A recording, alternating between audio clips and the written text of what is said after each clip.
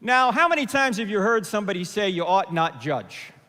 Maybe you've said it yourself. If you're a Christian, somebody certainly has said it to you. Hey, you ought not judge. Well, what would a smart person, someone like, say, Rick Warren, say to somebody who says you ought not judge? I think I know what Pastor Rick would say. I think he would say, hey, isn't that a judgment?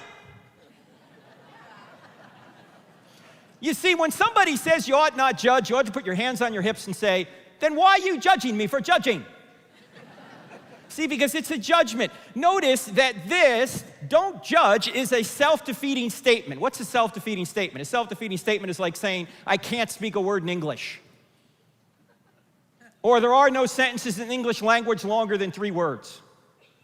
Or my brother is an only child. Or my parents had no kids that lived. Or everything I say is a lie. Some of you will get that tomorrow.